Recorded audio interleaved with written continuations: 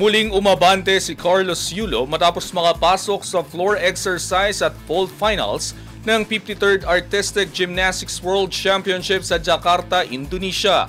Ang ibang detalye alamin sa pag-abante ni Jonas Lavarias.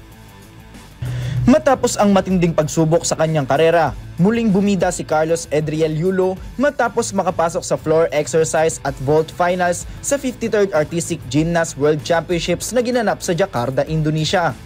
Nagpakitang gilas ang two-time gold medalist matapos manguna sa gold qualifications na may score na 14.750 at pumangalawa naman sa floor exercise na may 14.700 dahilan upang makapasok siya sa parehong medal rounds ngayong linggo. Sa kabila ng iniindang wrist injury na pumigil sa kanyang paglahok sa all-around event, nananatiling paborito si Yulo na makasungkit ng medalya lalo na't hawak niya ang dating world titles sa floor exercise noong 2019 at vault naman noong 2021.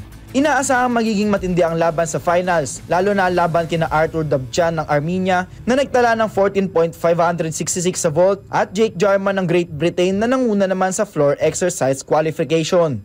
Sasabak si Yulo sa floor finals sa Biyernes at vault finals sa Sabado kung saan target niyang muling makapwesto sa podium bilang bahagi ng kanyang paghahanda para sa 2028 Los Angeles Olympics. Samantala, sasalang din sa women's division ang kanyang kapatid na si Eliza Yulo kasama sina Alea Finigan, Emma Malabuyo at Hailey Garcia sa pagsisimula ng kanilang kampanya sa Lunes.